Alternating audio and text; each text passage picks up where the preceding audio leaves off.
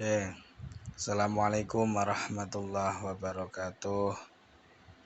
Waalaikumsalam warahmatullahi wabarakatuh.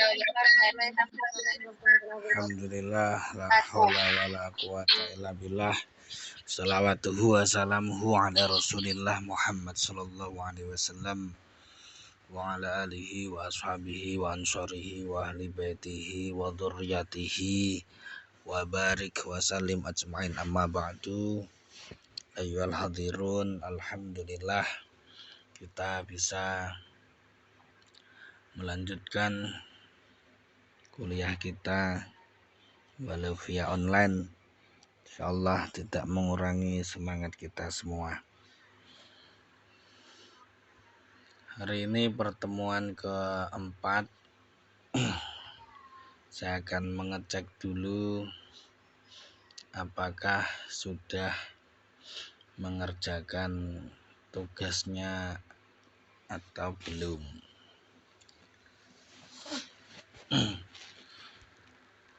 Arkom SI. Oke. Ada 25 yang sudah mengerjakan.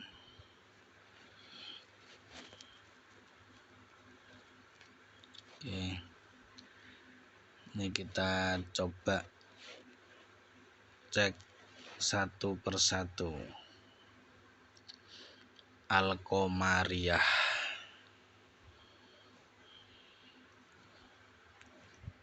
Jadi tugasnya membuat artikel dengan tema komputer masa kini dan masa depan.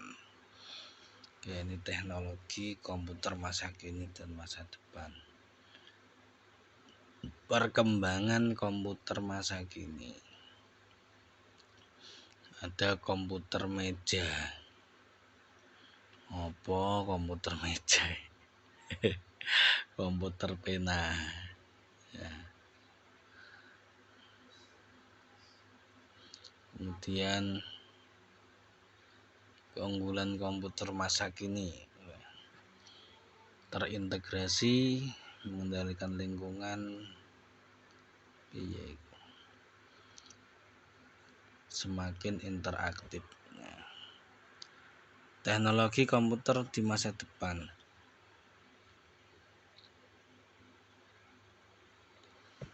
Gawe apa iki? Komputer kuantum, ya.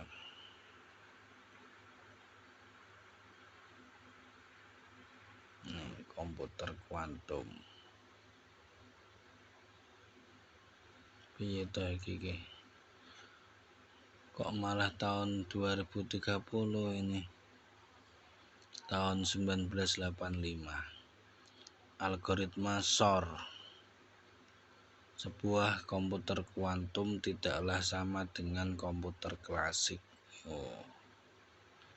Hal ini tidak dalam hal kecepatan saja, namun juga dalam hal pemrosesan informasi.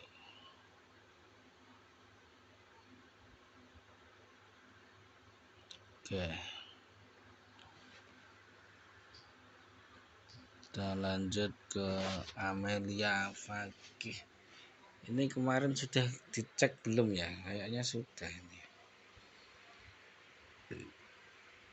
Saya cek sekilas saja sambil kita review sedikit ya.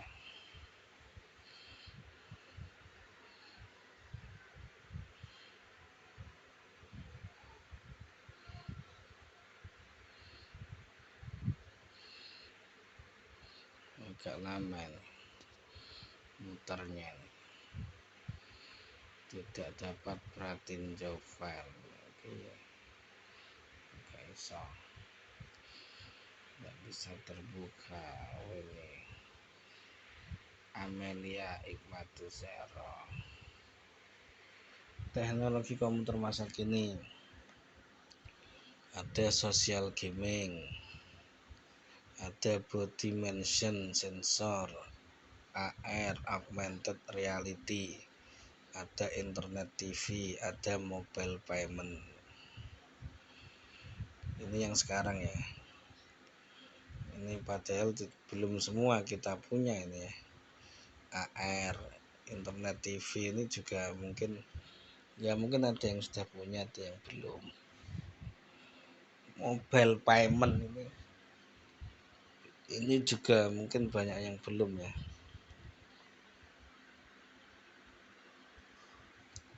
Apa ada yang sudah punya ini dompet digital ya? Coba komen ya. Sudah punya apa belum dompet digital? Dompet digital ya contohnya Dana atau OVO atau GoPay, ya itu mobile payment. Kalau belum ya berarti ya belum masa kini berarti kalau belum punya. Jadi gini, ketika ada teknologi baru seperti itu ya, kita tetap harus hati-hati, harus waspada, tapi jangan antipati gitu loh. Jangan aku gak mau pakai dompet digital umpamanya, ribet atau takut nanti dibobol umpamanya. Ya. Jadi teknologi itu kan dibuat untuk memudahkan pekerjaan manusia. Ya, kalau dengan teknologi tambah mumet ya embuh.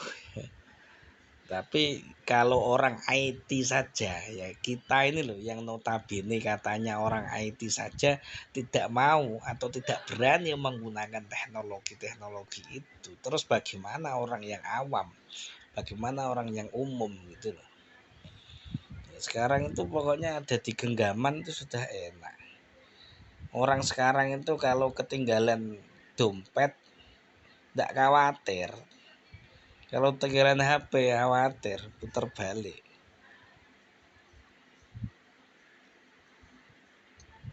Jadi dengan HP itu kita sudah bisa ngambil uang di ATM itu loh, enggak usah pakai kartu ATM, bisa.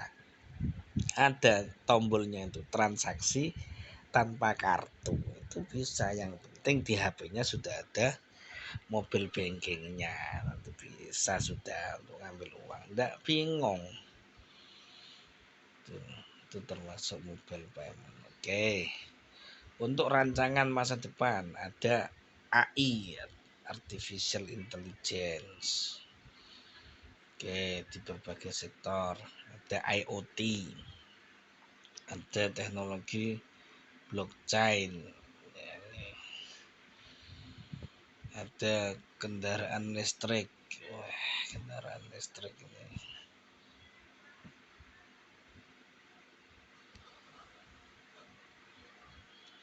Jadi ini sudah yang teknologi masa depan ini sekarang ini juga sudah mulai, cuman ya mungkin memang belum menyeluruh. Seperti AI, IoT, blockchain, listrik ini sudah ada, cuman kadang kitanya yang belum siap. Teknologinya sudah ada, manusianya, brandware-nya yang belum siap menggunakan itu. Ya, kalau di luar negeri sekarang itu beli cilok, beli bakso pakai QR code, tinggal tit gitu aja. Di sini masih belum bisa. Kenapa? Karena brandware-nya belum teredukasi, manusianya belum teredukasi. Teknologinya sudah ada. Gitu. Kalau kalian mau beli apa macam-macam, ya sekarang bisa kalau mau. Kalau di Indomaret, Alfamaret, yang minimarket yang modern lah istilahnya, itu bisa kalian bayar pakai Dana atau bayar pakai OVO, itu bisa. Mau bayar pakai Dana saja atau pakai OVO saja bisa, tinggal tit gitu. Yang penting ya ada saldonya kan begitu. Nah, kalau yang di sektor UMKM, sektor di luar yang minimarket modern belum menggunakan itu. Padahal juga bisa dan sangat mudah sekali. Caranya gimana? Mereka tinggal punya akun ya kan. contoh semuanya punya akun Dana si penjual pentol ini tadi. Terus dia kan punya QR code untuk menerima itu. Itu QR code-nya di print. Nah, bisa di print nanti ditempel di gerobaknya. Mau bayar scan saja, tinggal tit selesai. Oke, sudah masuk itu. Sudah tidak ribet lagi sekarang itu. Sudah kembalian juga ya kan. Pas. Jadi kalau pakai itu bayarnya ya pas. Umpamanya bayarnya 5.200 umpamanya pas. Tidak dibulatkan jadi 5.500. Seperti itu. Oke, Amelia. Diva.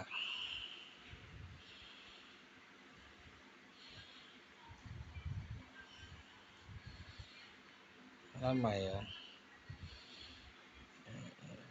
Diva. Saya coba pakai yang aja. Pakai paket data. Pakai data saja. Wifi ini lemot. Cepet kan. Oke, Diva. Terobosan yang mencengangkan. Oh gitu. Terobosan yang mencengangkan ya. Komputasi kuantum, pintu menuju kecepatan super. Wah. Terus apa lagi? Referensi kecerdasan buatan, komputasi edge mempercepat respon, quantum machine learning, komputasi berbasis GPU, daya ganda untuk pemrosesan paralel, blockchain, fondasi aman untuk transaksi digital, neuroformic computing, meniru kekuatan otak manusia. Oke, ya ini bagus. Oke,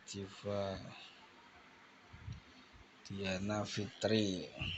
Ini kelihatan nanti nih kalau ada yang sama persis. Ini malah dari merdeka.com malah disuruh buat artikel malah humas.com. Ini sama kan dengan tadi komputer meja, komputer pena, ini sama.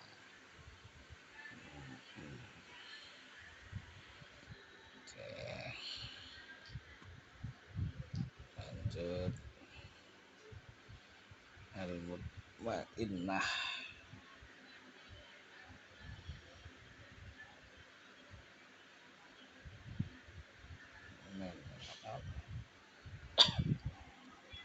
Thoriqatul Mutmainnah.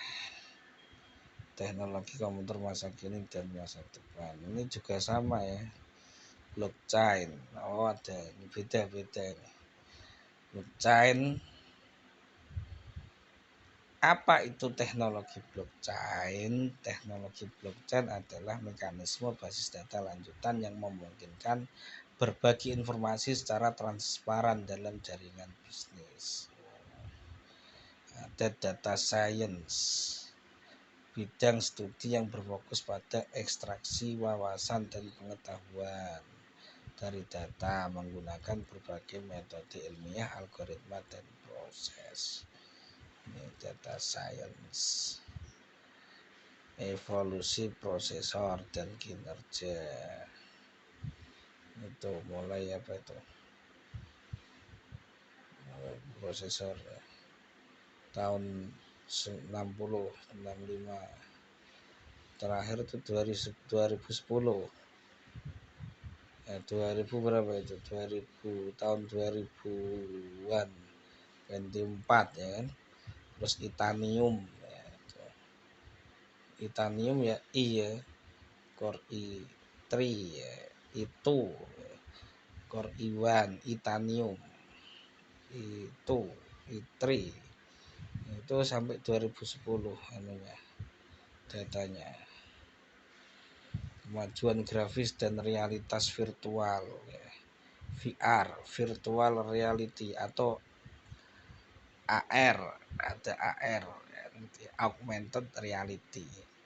Tahu enggak? Itu sudah lama kan teknologinya ini. Kapan tuh? Dari kapan tuh VR itu?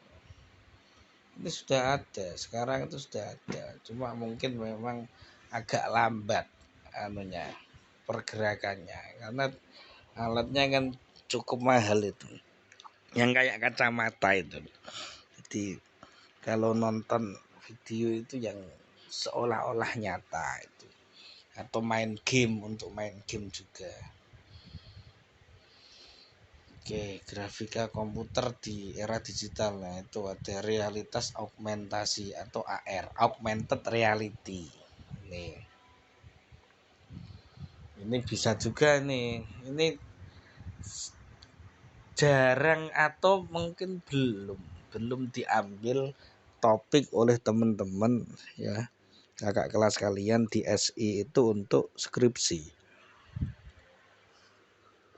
Ini sangat bisa sekali teknologi AR ini digunakan untuk skripsi, banyak sekali judul skripsi banyak, pokok mau itu banyak gitu. Jadi umpamanya pembelajaran matematika menggunakan AR itu bisa, yang buat ya kalian yang buat teknologinya seperti apa ya, coba kalian cek di YouTube ya. Jadi umpamanya kalian gambar di kertas, gambar kotak, gambar lingkaran, sama gambar segitiga umpamanya. Itu kalau kalian buat aplikasi AR, augmented reality, itu ketika didekatkan kameranya itu, yang kotak itu bisa berubah jadi macam-macam sesuai program yang dijalankan. Bisa jadi yang kotak jadi rumah, yang lingkaran jadi bola, yang segitiga jadi piramid. Itu bisa seperti itu.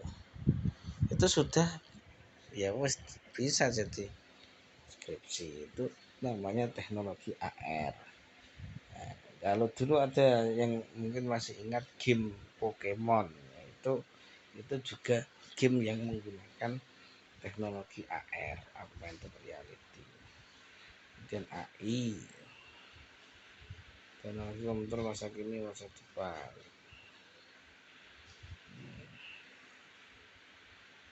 PISM, ponsel bergaya pena ya, pulpen. Tren teknologi masa depan, AI, IoT, 5G, VR, AR, blockchain, kendaraan otomatis, drone. Oke, masuk.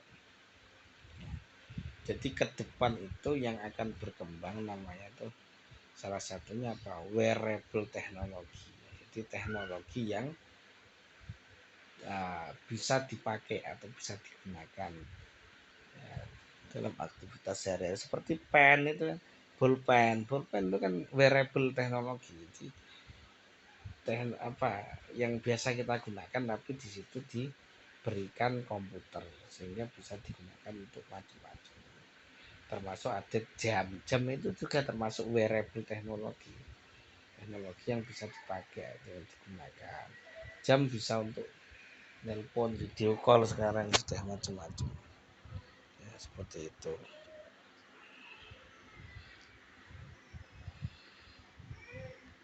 Banyak ya, masih nanti kita cek lagi satu-satu.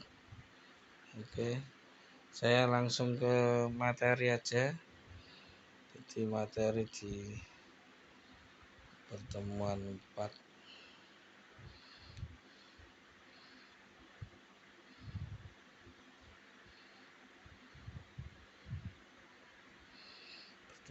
oke. Jadi kemarin kita sudah bahas pendahuluan di pertemuan 1, bahas tentang sejarah komputer di pertemuan 2, dan terakhir CPU dan bus ya. CPU dan bus. Kali ini kita bahas gerbang logika. Apa sih gerbang logika itu? Jadi gerbang logika ini adalah sebuah komponen yang digunakan untuk memanipulasi bilangan biner ya, agar outputnya sesuai dengan yang diinginkan. Itu kalau versi Pak Ahlis. Kalau versi di sini gerbang logika adalah blok dasar untuk membentuk rangkaian elektronika digital. Jadi dulu komputer itu menggunakan bilangan desimal. Bilangan desimal itu adalah bilangan yang berbasis 10. Jadi 0, 1, 2, 3, 4, 5, 6, 7, 8, 9 itu namanya bilangan desimal. Nah, kemudian setelah itu komputer menggunakan bilangan biner. Ya, bilangan biner. Bilangan biner itu bilangan yang berbasis 2. Ya, jadi 0 sama 1. Jadi bilangannya itu 0 sama 1. Atau kalau 0 itu off, kalau 1 on, atau mati menyala itu. Jadi itu bilangan biner, atau bahasa Inggrisnya binary digit, disingkat bit. Nah, jadi 1 byte ya, kalau satuan digital ya, satuan digital 1 byte itu sama dengan 8 bit ya. 8 bit itu angka 1 dijejer sebanyak 8, itu namanya 8 bit. Nah, kemudian 1 KB atau 1 kilobyte itu sama dengan 1000 byte. 1 MB sama dengan 1000 KB. 1 GB sama dengan 1000 MB. 1 TB terabyte sama dengan 1000 GB gigabyte. 1 PB atau petabyte sama dengan 1000 TB. Jadi itu untuk ukuran atau kapasitas digital seperti itu. Nah, digital ini ya, bilangan digital ini bisa dimanipulasi oleh gerbang logika. Gerbang logika ya, ini asalnya ada 3, yaitu gerbang AND, gerbang OR, dan gerbang NOT ya. Jadi N itu seperti ini bentuknya, ini N. Ada input A, input B, output X, gambarnya seperti itu. Rumusnya gerbang N ini adalah dia akan bernilai 1 outputnya ketika semua inputnya bernilai 1. Maka ketika dia dibuat tabel kebenaran atau truth table seperti ini, itu ada input A, input B, output X. Ini kalau 00, 0, 01, 0, 10, 0, 11, 1. Jadi ketika inputnya ini 1 semua, baru dia nilai outputnya adalah 1. Ini ilustrasi kalau mau uji coba. 5 volt ini baterai. Yang X ini LED, lampu LED. Ya, ini saklar, AB ini saklar.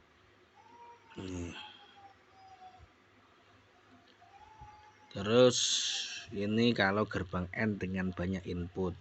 Ini 4 input, satunya 8 input. Kalau kalian sudah memahami rumusnya, ya ini ya gampang saja membuat tabel kebenaran seperti ini. Terus selanjutnya gerbang OR.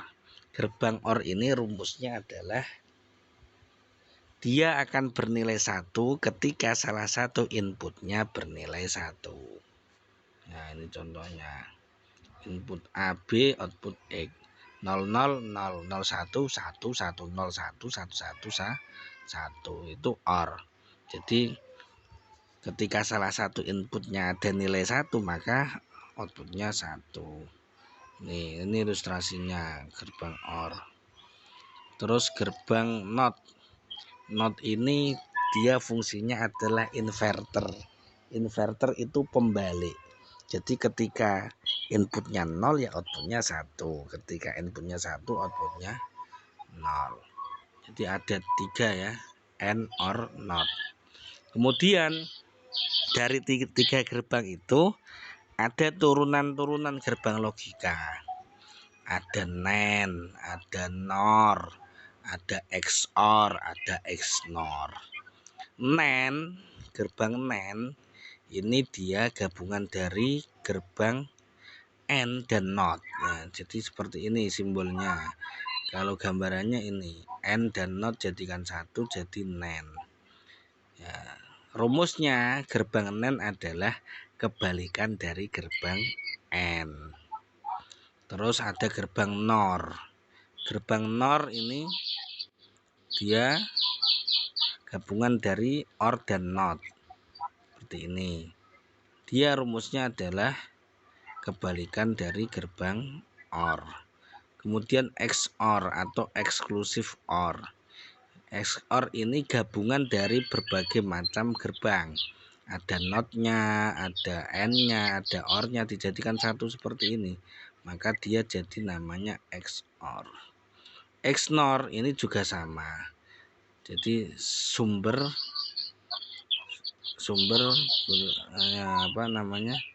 macam-macam seperti ini. Ya. Dia rumusnya kebalikan dari XOR. Nah, terus perlu difahami oleh teman-teman semua. Jadi gerbang-gerbang ini ya, dia ini apa istilahnya? Isi daripada IC ya. Isinya IC itu gerbang logika. Ya, sebagaimana yang sudah dipelajari sebelumnya ya. Di sana ada IC kan ya, masih ingat ya, IC integrated circuit. Nah, IC ini adalah kumpulan dari banyak device. Jadi banyak device dikumpulkan, dimampatkan jadi satu namanya IC. Ya, integrated circuit. Ya. Jadi IC ini juga macam-macam isinya. Ya, dulu ada apa? Ada SSI, Small Scale Integration. Ini dalam satu IC ada sekitar 0 sampai 100 device. Ya, jadi ada lagi MSI, Medium Scale Integration, ada LSI, Large Scale Integration, ada VLSI, Very Large Scale Integration. Dari IC inilah nantinya dasar dari prosesor yang akhirnya nanti menjadi sebuah prosesor. Saya contohkan untuk IC ini, contohnya IC 7408 ini dia isinya adalah gerbang N, IC 742 gerbang OR, IC 7404 NOT, IC 7400 NAND, IC 7402 NOR, IC 7486 XOR.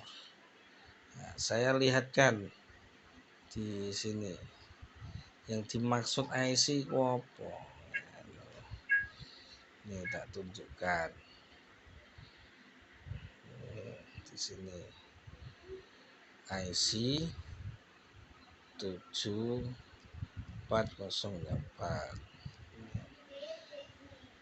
Nah, jadi ini gambarnya IC 7408 itu seperti ini. Dia punya berapa kakinya itu? Punya kanan kiri kan ini. Berarti total 14 kaki atau 14 pin. Nah, kalau seperti ini kita tidak tahu. Nah, maka dibutuhkan ini skema ini. Ini ada di mana? Ada di dataset. Ya.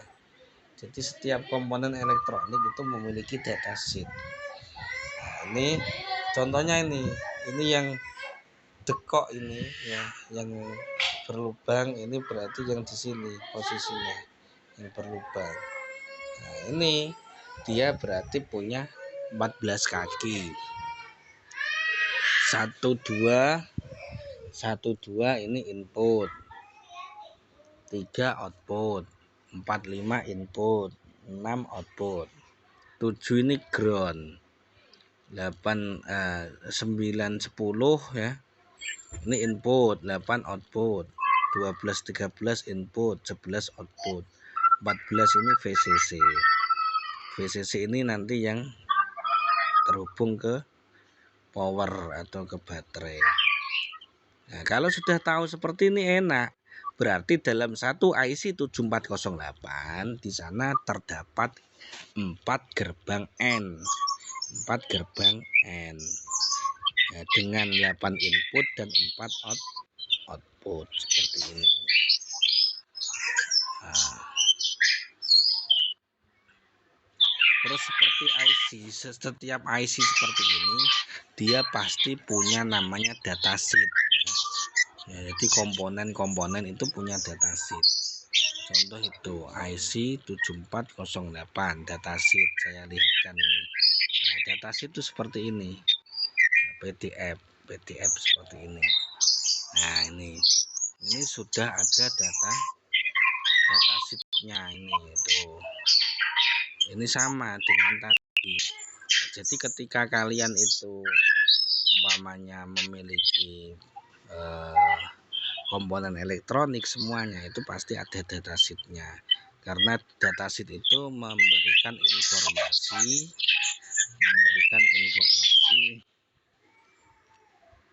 sebentar ana sing ngobu manuk iki sapa iki ngobu manuk se Anggina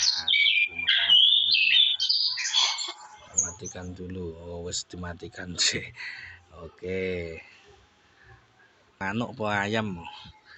Oke, ini namanya datasheet. Jadi kalian tahu semua komponen itu pasti ada datasheetnya, komponen apapun sudah gitu. Nah, ini termasuk juga umpamanya IC 7432. umpamanya 7432 tadi apa isinya adalah gerbang OR ya, gerbang OR. Nah, jadi seperti ini. Ini kalau mau beli murah nih, ini di Shopee ini 4.358 ini. Ini di Shopee kalau mau beli, mungkin penasaran ya. Kalau di kita ini, di pelajaran kita ini yang penting kita tahu, paham dan bisa menjelaskan, itu sudah. Ya, syukur-syukur kalau memang pengen uji coba, ada yang seneng nyoba-nyoba praktek, ya silahkan beli saja alatnya, dibeli ini kayak gini. Nah, ini di dalamnya ada 4 gerbang OR begitu.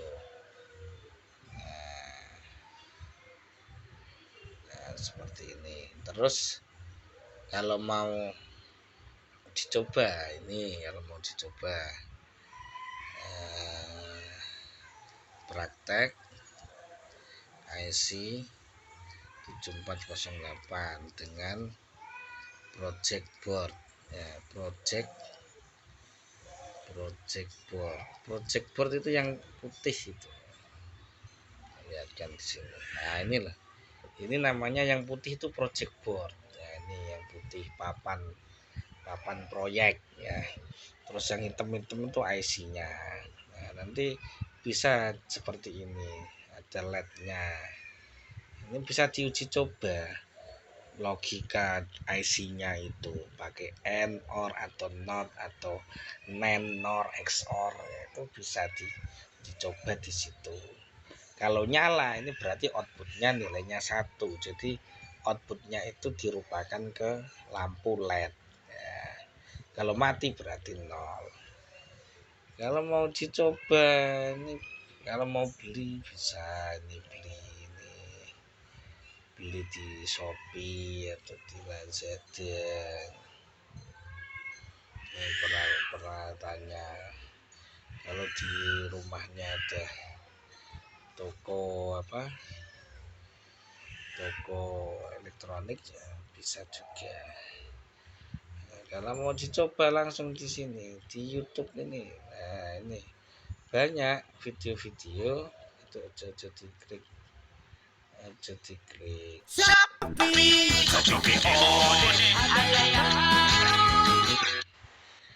Malah malas delok iklan Shopee. Ya ini kepencet ya. Nah, jadi ini kalau mau uji coba tentang gerbang logika. Nah, kalau mau simulasinya bisa kalau pakai komputer ya, simulasi ya, pakai EWB. EWB itu Electronic Workbench. Nah, ini Electronic Workbench. Ini kalau mau simulasi.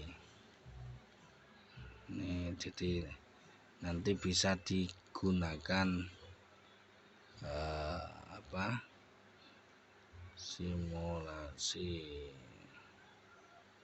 gerbang logika. Ini bisa juga banyak lagi simulasi gerbang logika. Jadi yang aplikasi Android juga banyak sekarang, tinggal download saja. Simulasi, jadi tidak hanya pakai ini juga bisa nih, Logic Gate Simulator. Nah, Logic Gate Simulator ini juga bisa yang pakai aplikasi Android gitu. Oke, jadi itu penjelasan tentang gerbang logika. Monggo kalau ada yang mau ditanyakan.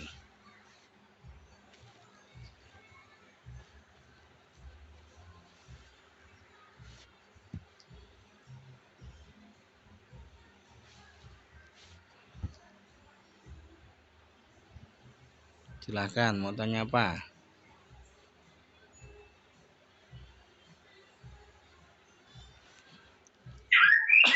Bapak mau nanya. Apa? Itu semua gerbang fungsinya sama, Pak? Ya beda-beda. Tadi kan ada gerbang N, gerbang OR, gerbang NOT, gerbang NEN. Ya beda-beda tak fungsinya. Rumusnya juga beda. Gitu loh. Tapi dia digunakan semuanya untuk memanipulasi bilangan biner agar outputnya sesuai dengan yang diinginkan gitu.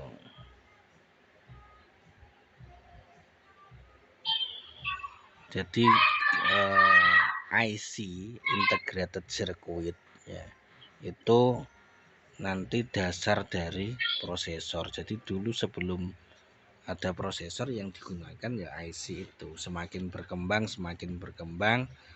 sampai akhirnya prosesor. Dalam satu prosesor itu banyak sekali, yang sekarang ini banyak sekali komponen yang ada di dalam itu, bisa jutaan sudah sekarang itu dalam satu prosesor.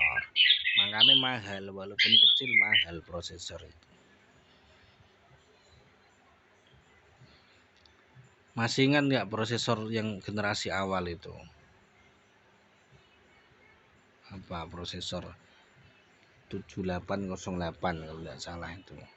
Itu ya bentuknya kayak tadi, saya bagikan layar dulu ya. Saya bagikan layar. Nah, tak lihatkan kalian biar jelas. Prosesor ini yang generasi awal ya. Prosesor 7808. Nih. Gambar. Mana prosesornya ini? 78. Salah kayaknya. Prosesor generasi awal ya, dari sini. Nah, inilah 4004 78 ini prosesor generasi awal ini. Tahun berapa itu? 1970-an. Intel 4004. Nah, ini Seperti ini bentuknya. Dia juga punya berapa kaki? Punya ini 8 ya, 8 16. Punya 16 kaki. Ini prosesor generasi awal.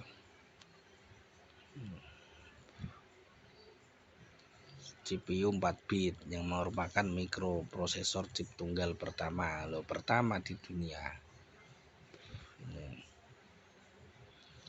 Istilahnya chip atau IC atau integrated circuit begitu.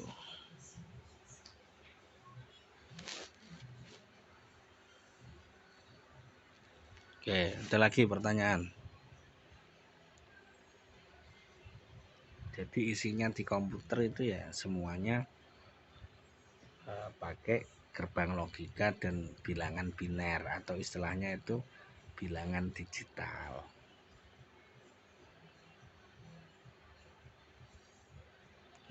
Jadi kalau ditanya era digital itu apa? Era digital itu era ketika digunakan bilangan biner sebagai dasar komputasi. Gitu loh. Di era 0 dan 1. Ada pertanyaan lagi?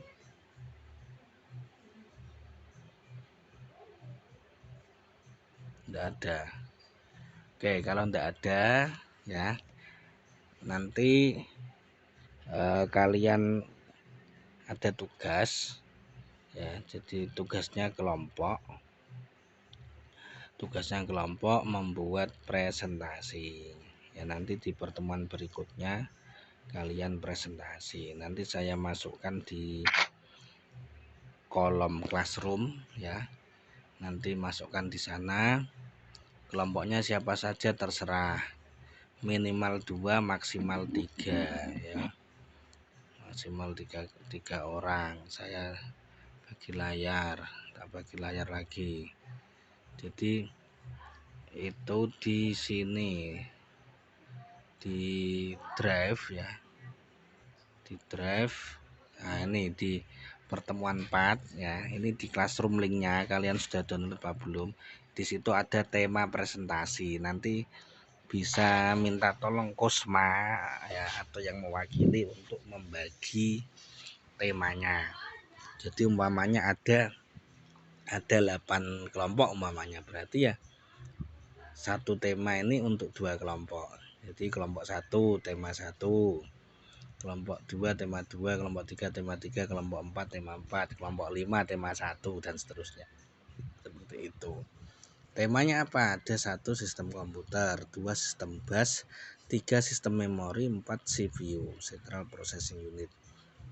Jadi ini temanya. Judulnya atau pembahasannya ya terserah kalian. Ya, terserah kalian pembahasannya. Ya. Jadi nanti dikumpulkan di classroom. Minggu depan presentasi. Nanti gantian kalian yang presentasi. Oke, jelas ya? Bapak mau tanya, Bapak. Jelas, Bapak. Tanya apa? Bapak itu presentasinya masih di rumah, Bapak? Apa sudah di pondok? Ya masih di rumah, minggu depan masih di rumah no kalian. Minggu depan masuk lagi. Saya kasih waktu seminggu. Iya, Bapak. Berarti itu maksudnya dikumpulkan di classroom, terus kalau pas mau presentasi pas Zoom ini ya Pak? Iya, betul sekali. Oh ya, paham. Oke, sudah ada lagi pertanyaan? Bapak mau nanya lagi. Apa? Ini kan gerbang dasar ya, Bapak? Iya. Itu cuman berlaku di komputer apa banyak perangkat? Jadi intinya perangkat apapun yang memang membutuhkan IC ya bisa digunakan. Jadi bisa di komputer yang personal komputer, bisa juga di microcontroller. Nih kalau mau buat macam-macam, contoh mau buat smart home, maunya buat lampu otomatis ya, jadi mati atau hidup otomatis, itu tentunya membutuhkan IC ya, di situ ya dibutuhkan. Terus buat alat-alat macam-macam itu kalau di teman-teman IK ya biasanya ya dipakai mesti IC itu, kalau di teman-teman di ilmu komputer kan biasanya buat alat-alat toh gitu loh. Itu kalau kalian seneng, ada yang seneng tentang itu mau belajar ya silahkan gitu. Tapi target di sini yang penting paham dan bisa menjelaskan begitu. Ada lagi pertanyaan lagi?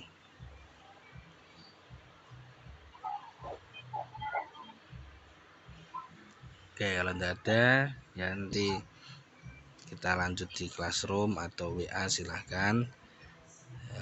Terima kasih, semoga bermanfaat. Afu minkum, hadanallah wa iyyakum. Wassalamualaikum warahmatullahi wabarakatuh. Waalaikumsalam warahmatullahi wabarakatuh. Wabarakatuh.